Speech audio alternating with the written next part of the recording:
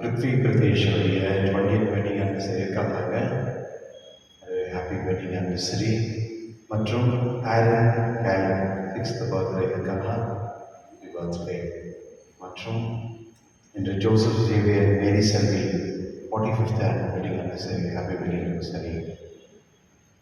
பால் Gilbert மரியாவுடைய நன்னிடத்திலாகவும் மோத்திராஜ் பாத்திமாவுடைய 30th வெட்டிங் ஆனிவர்சரி இருக்காங்களா? Okay, happy wedding anniversary. ஃப்ரெண்டில் வாங்க. மற்றும் Charles Regina Charles 38th wedding anniversary இருக்காங்களா? Happy wedding anniversary. மரித்த ஃப்ராங்க் டேவிஸ், மேரி மார்ஜின், லிலி மேரி, ஏசுராஜ், ஜெயமேரி, பாலகிருஷ்ணமான் மற்றும் மரித்த எல்லா ஆண்களுக்காகவும் அந்தோனியம்மா குடும்பத்தில் மரித்த ஆண்களுக்காகவும் இந்த திருப்பலி ஒப்புவிக்கப்படுகின்றது. தந்தை மகன் தூய ஆவியாரின் பெயராலே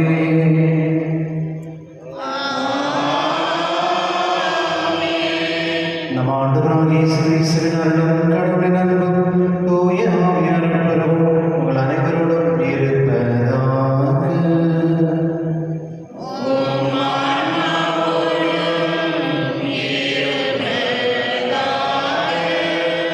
சகோதர சகோதரிய தூய மறைகளை கொண்டாடும் நம் தகுதி பெறும் பொருட்டு நம் பாவனை ஏற்றுக்கொள்வோம்.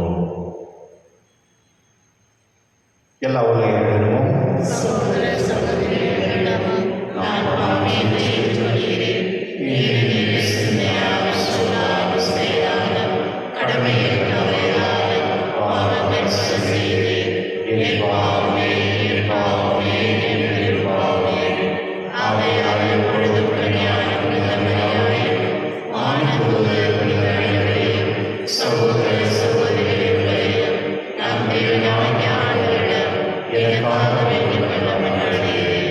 எல்லா உள்ள இறைவன் நம்ம மீது இறக்கம் வைத்து நம் பாவலை மன்னித்து நம்ம நிலைப்பாடு அழைத்து செல்வாங்க.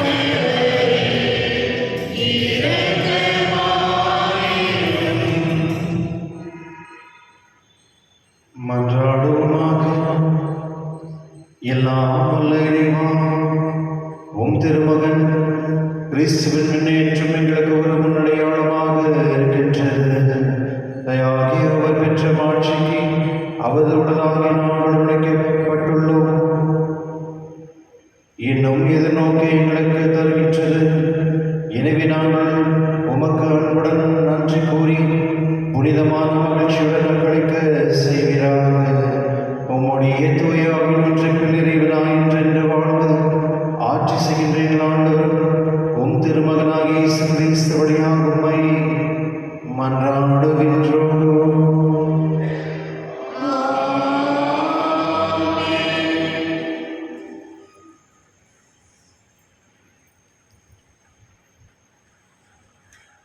முதல் வாசகம் திருத்தூதர் பணிகள் நூலிலிருந்து வாசகம்.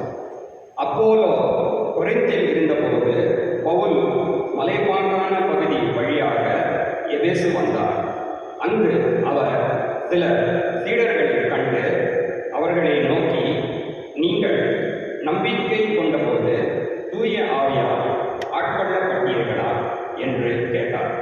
அதற்கு அவர்கள், தூய ஆவி என்னும் ஒன்று உண்டு என்று கூட நாங்கள் கேள்விப்பட்டதில்லையே என்றார்கள். அவ்வாறேயே நீங்கள் எந்த திருமுழுக்கை பெற்றீர்கள் என பவுல் கேட்க அவர்கள், நாங்கள் யோவான் கொடுத்த திருமுழுக்கையே பெற்றோம் என்றார்கள். அப்பொழுது பவுல் யோவான் மனம் மாறிய மக்களுக்கு திருமுழுக்கு கொடுத்து தமக்கு பின் வரும் இயேசுவிடம் நம்பிக்கை கொள்ளுமாறு கூறினார் என்றார். இதை கேட்ட மக்கள் ஆண்டவராகிய இயேசுவின் பெயரால் திருமுழுக்கை பெற்றனர். பவுல் அவர்கள் மீது கைகளை வைத்ததும் தூய ஆவி அவர்கள் மேல் இறங்கியது. அப்பொழுது அவர்கள் பரவச பேச்சு பேசினர், இறைவாக்கு உரைத்தனர். அங்கு ஏறக்குறைய 12 பேர் இருந்தனர். பின்பு பவுல் தொழுகை கூடம் சென்றார்.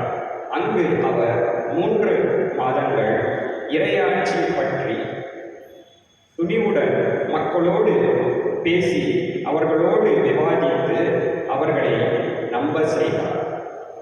ஆண்டவரின் அருள்வாக்கு. பதிலுரை பாடல் பல்லவி. உலகிலுள்ள அரசர்களே கடவுளை புகழ்ந்தேற்றுங்கள். கடவுள் எழுந்தருள்வார், அவருடைய எதிரிகள் சிதறடிக்கப்படுவார்கள். அவரை வெறுப்போர் அவர்கள் முன்னிலை நின்று ஓடிப்போவர். புகையடித்து செல்லப்படுவது போல் அடித்து செல்லப்படுவார்.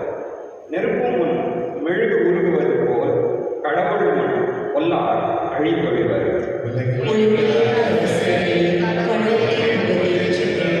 நேர்மையாளரோ மகிழ்ச்சி அடைவர். கடவுள் முன்னிலையில் ஆர்ப்பரிப்பர், மகிழ்ந்து கொண்டாடுவர்.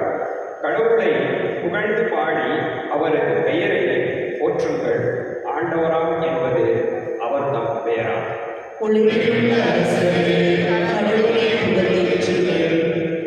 திக்கற்ற பிள்ளைகளுக்கு தந்தையாகவும் கணவனை இழந்தாலும் காப்பாளராகவும் இருப்பவர் தூயகத்தில் உறையும் கடவுள். தனித்திருப்போருக்கு கடவுள் உறைவிடம் அமைத்து தருகின்றார். சிறையடிக்கப்படுவோர் விடுதலை, சிறைப்பட்டோர் விடுதலை வாழ்வு அழைத்து செல்கின்றார். உலகிலுள்ள அரசர்களே கடவுளை புகழேற்றுங்கள்.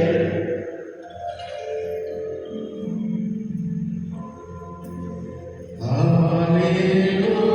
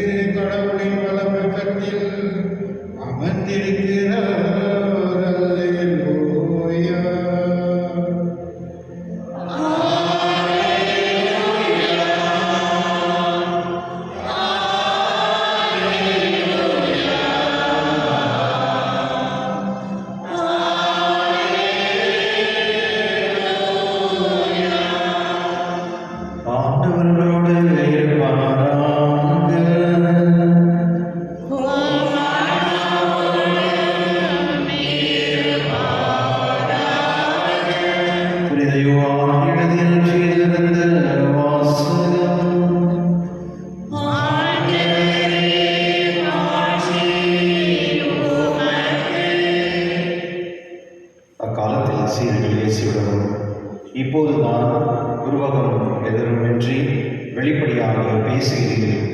உமக்கு அனைத்தும் தெரியும்.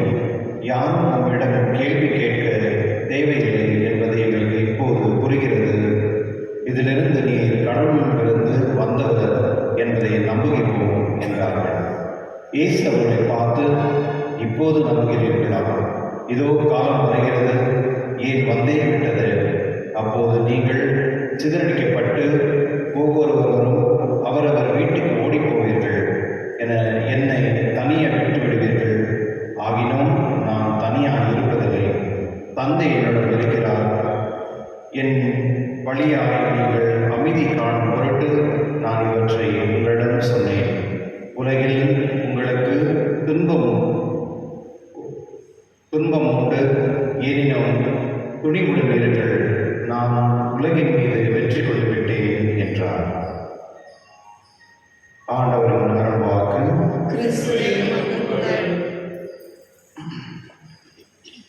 கிறிஸ்துவர்களே,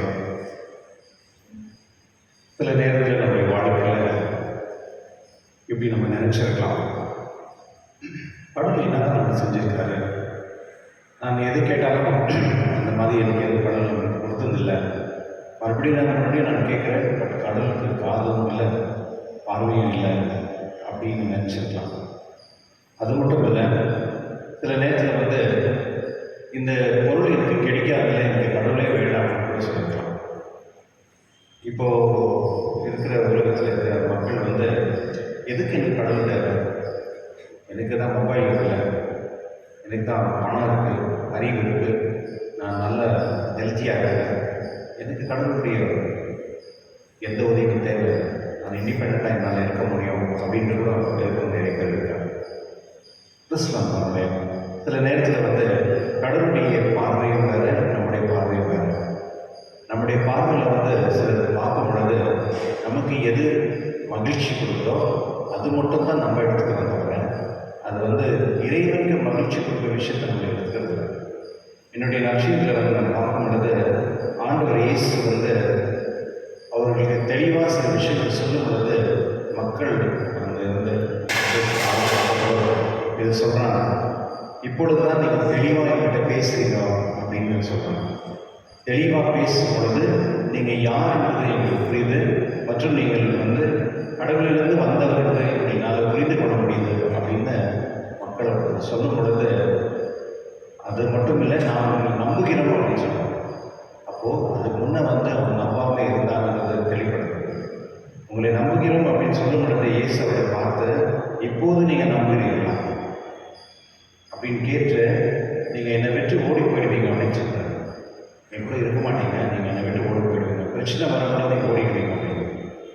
இன்னைக்கு மக்கள் அப்படி தான் இருக்கிறாங்க. திருச்சபைக்கு ஏதாவது ஒரு பிரச்சனை வரட்டும், மக்கள் இருக்க மாட்டாங்க. இப்போது பூசலை அந்த சார் நல்லா பசங்களுக்கு கதை சொல்லுவாங்க, அது நல்ல இது செய்வீங்க அப்படின்னு சொல்லுவாங்க, நல்லா கரெக்டாக எல்லாம் பேசிட்டு சொல்லுவாங்க. ஆனால் ப்ராப்ளம் வரும்பொழுது யாரும் நிற்க மாட்டாங்க, எல்லாம் ஓடிடுவாங்க. அந்த திருச்சபைக்காகவோ இல்லை ஏதாவது ஒரு பிரச்சனை அப்படின்னு சொல்லும் பொழுது நிற்க மாட்டாங்க. இது ஒன்றும் புதுசு கிடையாது. ஏன்னா ஏற்கனவே ஆண்டவர் இயேசு இதை சொல்லியிருக்காரு என்னுடைய நற்செய்தியில். நீங்கள் ஓடி போகும் பொழுது நான் தனியாக இருக்க மாட்டேன், என்னோட கடவுள் இருப்பார், என் தந்தையை கூட இருப்பார். அதுதான் நிறைய முறை பாதசமோ இல்லை சிஸ்டர்ஸ் யாராவது ஒரு பிரச்சனையில் மாட்டி நிற்கும் பொழுது அந்த சமயத்தில் ஜனங்கள் ஓடி போனாலும் கடவுள் கூட இருப்பார். அந்த விசுவாசத்தை நம்ம சொல்கிறாங்க. இது நம்முடைய தனிப்பட்ட பாடத்தில் கூட இப்படி தான். சில இடத்துல குடும்பத்தை நம்பி நம்ம இருப்போம், பிள்ளைங்களை நம்பி இருப்பாங்க, கணவனை நம்பி இருப்பாங்க, ஒய்ஃபை நம்பி இருப்பாங்க, ஏதோ ஒரு நம்பி இருப்பாங்க. அந்த சமயத்தில் கைவிடும் பொழுது அந்த நேரத்தில் கடவுள் தான் நம்ம துணையாக இருக்கும். இதுதான் என்னுடைய நற்செய்தி. கடவுள் சொல்கிறார், என்னை யார் விட்டு போனாலும் நான் கூட இருப்பேன் அப்படின்னு சொல்கிறார். அதுதான் உண்மை. நம்முடைய வாழ்க்கையில் ஒரு ஸ்டேஜ்லையும் ஒருத்தர் நம்ம விட்டு போயினே இருப்பாங்க. நம்ம யாரும் ரொம்ப நம்பிட்டு இருப்போம், இவங்க தான் நம்ம லைஃப் அப்படின்னு விட்டு போயிடுவாங்க. இவங்க தான் நமக்கு பேர் புகழ் கொண்டு வருவான்னு நினைப்போம், அவங்க தான் நமக்காக தொட்டுருவாங்க. யாருக்காக நம்ம நிறைய சாக்ரிஃபைஸ் பண்ணுறோமோ அவங்களை கண்டுக்கவே மாட்டாங்க. இதுதான் உண்மை. ஒரு அம்மா ஒரு பேட்டி கொடுத்துருக்காங்க. அவங்க 84 வயசு. அவங்க ஒரே பையன், பையனுக்காக நிறைய சாக்ரிஃபைஸ் பண்ணியிருக்காங்க. அந்த பையனை நிறைய நல்லா படிக்க வச்சு அவனும் நல்ல படிக்கலாம். ஆனால் கடைசியில் வந்து அப்ரோட போய் செட்டில் ஆகிடும். கடைசியில் அந்த அம்மா வந்து அவனை பார்க்கணும் அப்படின்ட்டு ஒரு கடிதம் எழுதுகிறாங்க. கடிதம் எழுதுறதுக்கு அவனும் வரான், இந்த டேட்டில் நான் வரேன் அப்படின்னு. அவன் சொல்கிறான், அம்மா நீ வந்து கரெக்டாக ரிஜிஸ்டர் ஆஃபீஸ் வந்துடு, நானும் அங்கே வரேன், அம்மா நான் பார்த்துட்டு அம்மா நான் வரேன் பார்க்குறேன் அப்படின்னு. சரி அம்மா என்ன சொல்கிறான் பையன் அப்படின்னு சொல்லி பார்த்தா அந்த அம்மாவுடைய ப்ராப்பர்ட்டி, அந்த ப்ராப்பர்ட்டி வந்து ஒரு பர்டிகுலர் ஜங்ஷனில் இருக்குது, ரொம்ப விலை போகக்கூடியது. அந்த அம்மா ரெஜிஸ்ட்ரேஷன் வந்திருக்காங்க, இவனும் வந்திருக்கான். பார்த்துட்டு சைனெல்லாம் வாங்கியாச்சு, மற்றம்மா ஒரு நிமிஷம் வரேன் அப்படின்னு சொல்லியிருக்கான். சரி அந்த அம்மா அங்கேயே வெயிட் பண்ணியிருக்கான். அவன் சைன்லாம் வாங்கிட்டு அவனும் போயாச்சு. எங்கன்னா ஊருக்கே போயிட்டுருக்கான். அந்த அம்மா வெயிட் பண்ணி சாயந்தரம் வெயிட் பண்ணி என்ன பையன் ஒன்று என்னாச்சுன்னு சொல்லி அங்கே இருக்கவங்களுக்கு சொல்லியிருக்கான். மற்ற ரெஜிஸ்ட்ரேஷன் வந்திருக்கான் பையன், எல்லாம் ஆயிடுச்சு, பட் தேவை இன்னும் ஆகிட்டு தேடிருப்பான் அப்படின்னு. அப்புறமா போலீஸ்க்கெல்லாம் இன்ஃபார்ம் பண்ணிங்க. பார்த்தா கடைசியில் போலீஸ்காரங்க செக் பண்ணியிருக்காங்க, அது எந்த ஃப்ளைட்டில் வந்தான் எந்த ஃப்ளைட்டில். பார்த்தா ரெஜிஸ்ட்ரேஷன் வந்து 11:30 மணிக்கு ஆகிருக்கு, சாயந்தரம் 4 மணிக்கு ஃப்ளைட்டில் போய்ட்டு. அம்மா கூட சொல்லலாம், இந்த மாதிரி சூழ்நிலை இந்த உலகம் இருக்குது. கிறிஸ்துவன் நம்மளே கடவுளை நம்பி வாழ்பவர்களுக்கு கடவுளை எப்போதுமே துணையாக இருப்பார். இதுதான் உண்மை, இதுதான் சத்தியம். யாரை நம்பி நம்ம வாழ தேவையில்லை, கடவுள் நமக்கு இருப்பார். அவரை நம்பும் பொழுது அவரை நமக்கு வழிகாட்டுவார். அதனால் இந்த திருப்பி கடைசியில் ஜெபிப்போம். இறைவா நமக்கு தேவை இருக்க அந்த ஞானம் அறிவு கொடுத்து நான் எப்பொழுதுமே உன்னை நம்பி வாழக்கூடிய அந்த தகுதியும் அந்த ஆசிரியர் தரும்படி திருப்பி பண்ணுறாங்க.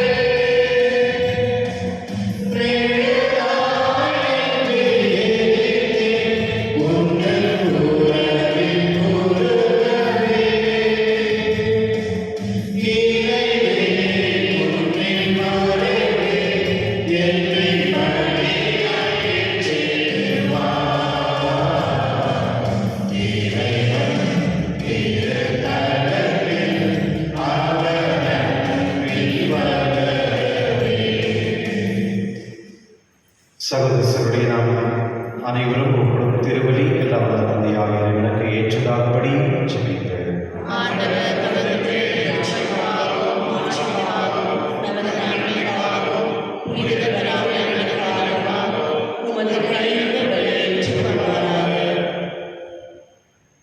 ஆண்டவரே திருமகன் வனத்துக்கு உரிய முன்னேற்றத்தை முன்னேற்ற நாங்கள் தாழ்வுடைய காணிகளை உங்கள் திருமண் கூட வந்திருக்கின்றோம். இவ்வாறு புரிதலுக்கு பரிமாற்றத்தினால் நாங்கள் விண்ணகத்துக்கு உரியவற்றை நாடு அருள் புரிவீராக. எங்கள் ஆண்டவராக இயேசு கிறிஸ்துவின் உண்மை மன்றாடுகின்றோம்.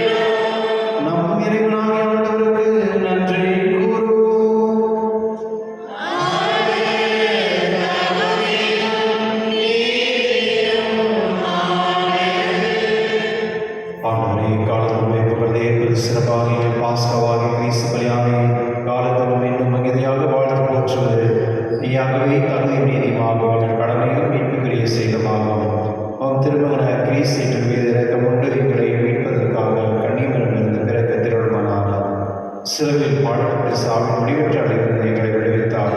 இறந்தோரும் இருந்து உயிர்த்தெழுந்து என்றும் நிலையான வாழ்வை எங்களுக்கு அளித்தார்.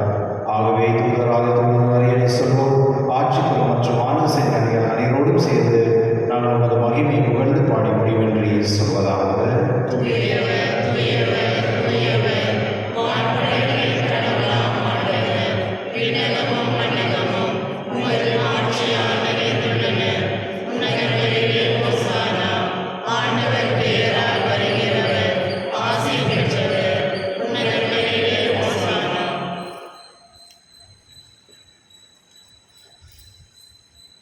ஆண்டவரே, நேர்மையாகவே தூயவர் தூய்மைக்கு அனைத்துக்கும் ஒன்று.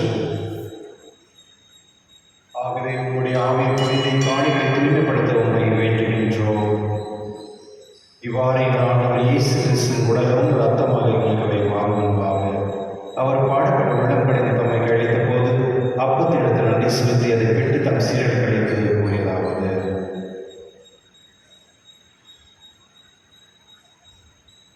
அனைவரும் இருந்து பெற்று உண்கள், ஏதேது உங்களுக்காக அளிக்கப்படும் என் உடல்.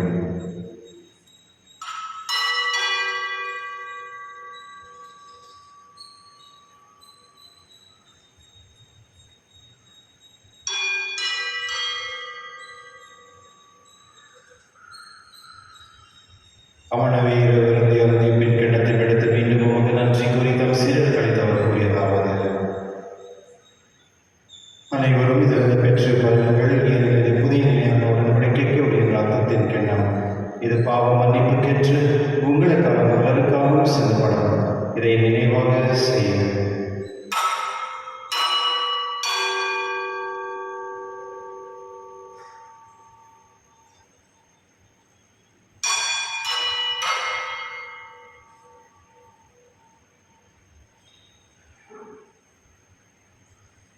நம்பிக்கையின் மறைபொருள்.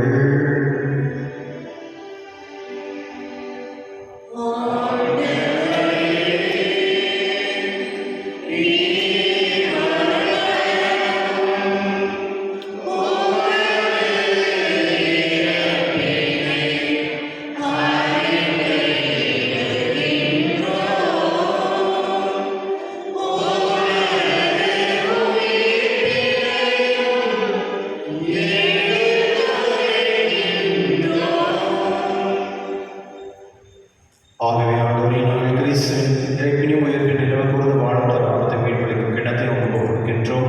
உம் திருமணத்திற்கு ஊழியர் புரிய தருணங்களை நீங்கள் ஏற்றுக்கொள்ளும். எனவே உங்கள் நன்றி செலுத்துகின்றோம். மேலும் கிறிஸ்து உடலிலும் ரத்தத்திலும் பங்கு கொள்ளும் எங்களை தூயாக கொண்டு சேர்க்க வேண்டும் என தாழ்வுடன் மன்றாடுகின்றோம். ஆண்டவரை உலகிலும் பல்வேறு தருவை நினைவு கூர்ந்தலும் எங்கள் திருத்தந்தை இல்லையோ எங்கள் பீட்டர் எல்லா திருநீராகிற என்னோடும் உங்கள் திருவில் அன்பின் நிறைவேற செய்துள்ளோம். மேலும் உயிர்த்தெழும் எதிர்நோக்கும் தூயில் கொள்ளும் எங்கள் சகோதர சகோதரியும் இறந்தோர் அனைவரும் இரக்கத்துடன் நினைவு கூர்ந்து உமது திருமணொழியில் ஏற்றிருளும். எங்கள் அனைவரின் மீதும் இரக்கமாயிரும். கடவுள் கண்ணித்தாயின புனித மரியாதையுடைய கடவுளான புனித யோசேப்பு, புனித திருத்தூதர்களை உலகில் உங்களுக்கு முதல்வராக புனித அனைவரோடும் நாங்கள் நிலைப்பாடுகள் பங்கு கொள்ளும் தகுதி பெற்று உம் திருமகன் இயேசு கிறிஸ்து வழியாக உண்மை புகழ்ந்தேத்து அவரோட உண்மையை மன்றாடுகின்றோம்.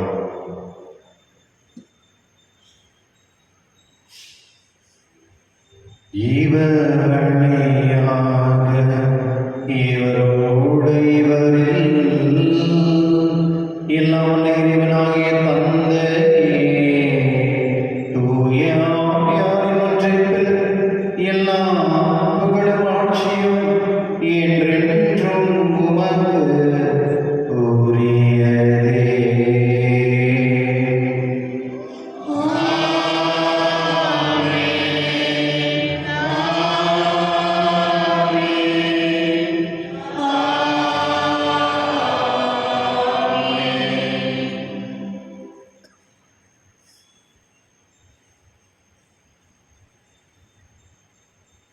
மீட்பெரும் கட்டளையால் கற்பிக்கப்பட்டு இறைப்படிப்பினால் பயிற்சி பெற்று நாங்கள் என்று சொல்லுவோம்.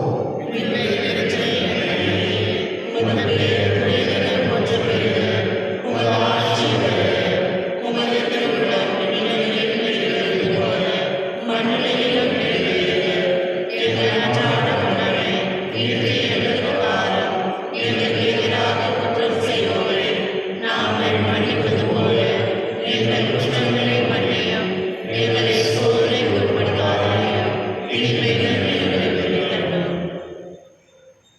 ஆண்டவரே, தீர்மானத்திலிருந்து எங்கள் விடுவித்து எங்கள் வாழ்நாளில் அமைதி கடினமாய் கொண்டாடுகின்றோம். உமது இறக்கத்தின் உதவியால் நாங்கள் பாவத்திலிருந்து எப்பொழுது விடுதலை பெற்று யாரும் கலக்கம் என்று நலமாய் இருப்போமாக. நாங்கள் எதிர்நோக்கிய பேரின்பத்திற்காகவும் என் மீட்பராக இயேசு கிறிஸ்து வருகைக்காகவும் காத்திருக்கின்றோம். ஆண்டவரே, இயேசு கிறிஸ்துவின் அமைதி உங்களுக்கு விட்டு செல்கிறேன், அமைதி உங்களுக்கு அளிக்கின்றேன் என்று உம் திருத்துதலில் மொழிந்தீரேன். எங்கள் பாவங்களை பாராமல் ஒரு திருவின் நம்பிக்கைகள் நோக்கி ஒரு திருவிழத்திற்கு ஏற்பதற்கு அமைதி ஒற்றுமை தருவராக என்றென்று வாழ்ந்து ஆட்சி செய்கின்றவர் நீரே. ஆண்டவருடைய அமைதி உங்களோடு என்றும் இருப்பதாக. ஒருவருக்கொருவர் அமைதியை பகிர்ந்து கொள்வோம். உலகின் பாவங்கள் போக்கும் இறைவனின் செம்மறி, என் மேல் இரக்கமையும். உலகின் பாவங்கள் போக்கும் இறைவனின் செம்மறி, என் மேல் இரக்கமையும். உலகின் பாவங்கள் போக்கும் இறைவனின் செம்மறி, எமக்கு அமைதி அருளும்.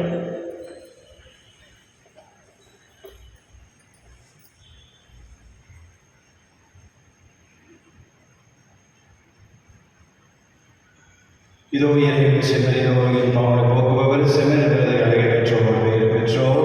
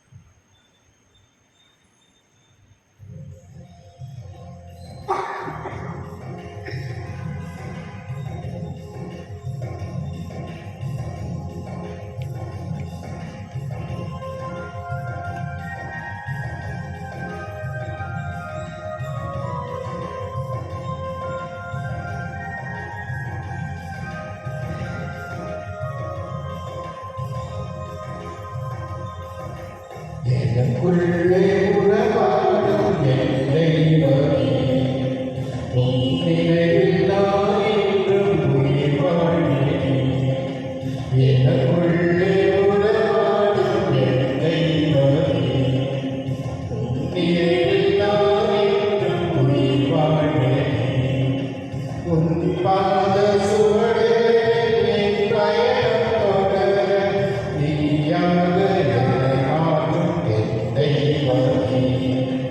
உன்னோடு நான் சங்கமிக்கும் வேளையிலே ஆனந்தம் என் வாழ்வில் என்றுமே. உன்னோடு நான் சங்கமிக்கும் வேளையிலே ஆனந்தம் என் வாழ்வில் என்றுமே. எனக்குள்ளே உறவாடும் என் தெய்வமே, நினைவில் நான் என்றும் உயிர் வாழ்கிறேன்.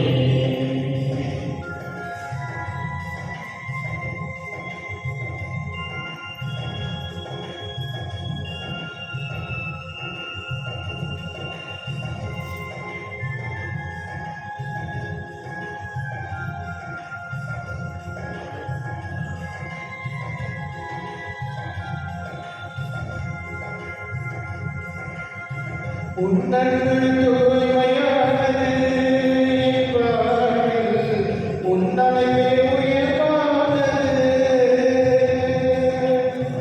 உன்னன்பு தூய்மையானது என் வாழ்வில், உன்னன்பே உயர்வானது. வாழ்வில் எதிர்ப்புகளில் கலங்கிட மாட்டேன். வாழ்வில் எதிர்ப்புகளில் கலங்கிட மாட்டேன்.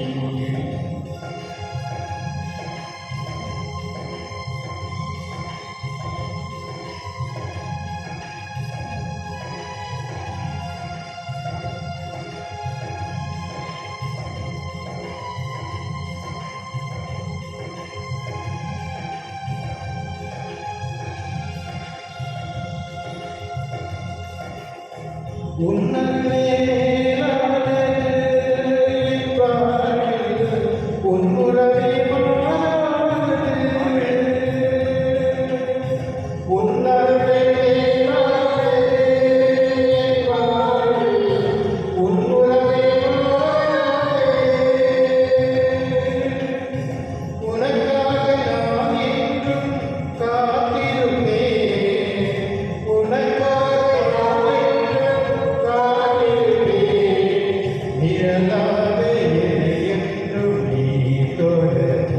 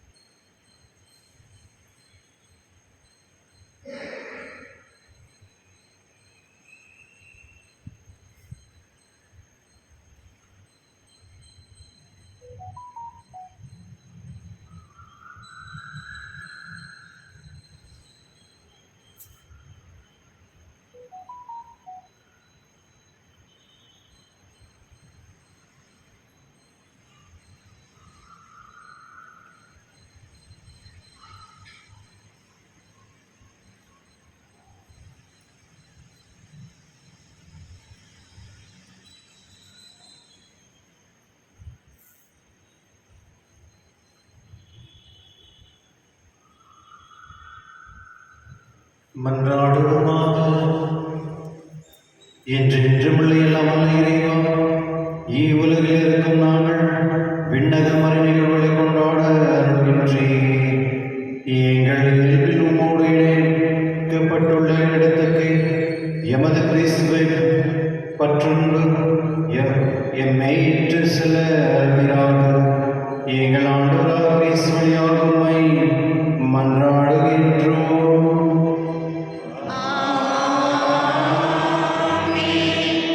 ஆண்டவர் உங்களோடு இருப்பாராக.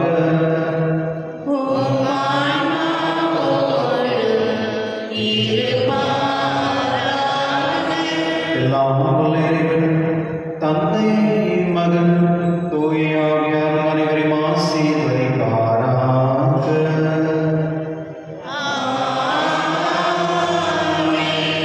சென்று வாருங்கள், திருவழியை நிறைவேற்று.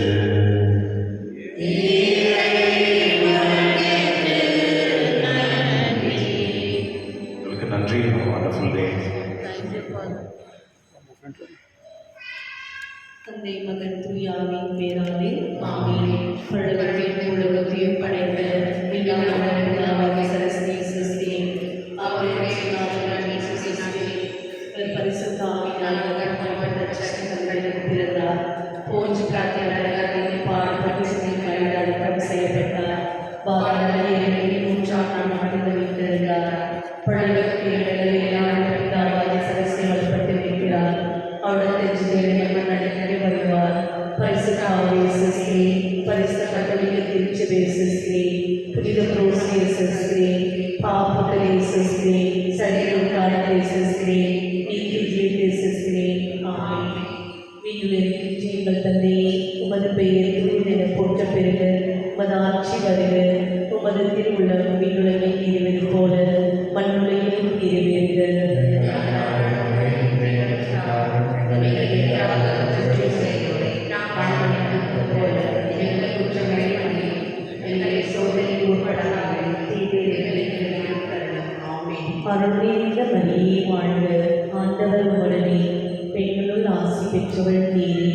உடைய திருவயிற்று கல்யாணி இயேசு ஆசி பெற்றவரே. புனித மரியே, இறைவனின் தாயே, பாவிகளாகிய எங்களுக்காக இப்பொழுதும் எங்கள் மரண நேரத்தில் வேண்டிக் ஆமென். அருள் நிறைந்த மரியே வாழ்க, ஆண்டவர் உடனே பெண்களுள் ஆசி பெற்றவள் நீரே.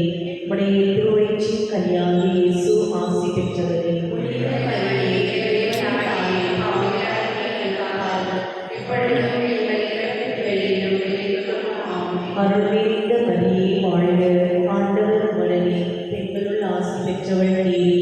உடைய திருவயிற்று கல்யாணி இயேசு ஆசி பெற்றவரே. புனித மரியே, இறைவனின் தாயே, பாவிகளாகிய எங்களுக்காக இப்பொழுதும் எங்கள் இறப்பின் வேளையிலும் வேண்டிக் ஆமென். தந்தைக்கும் மகனுக்கும் தூய ஆவியாருக்கும் ஆட்சி உண்டாவதாக.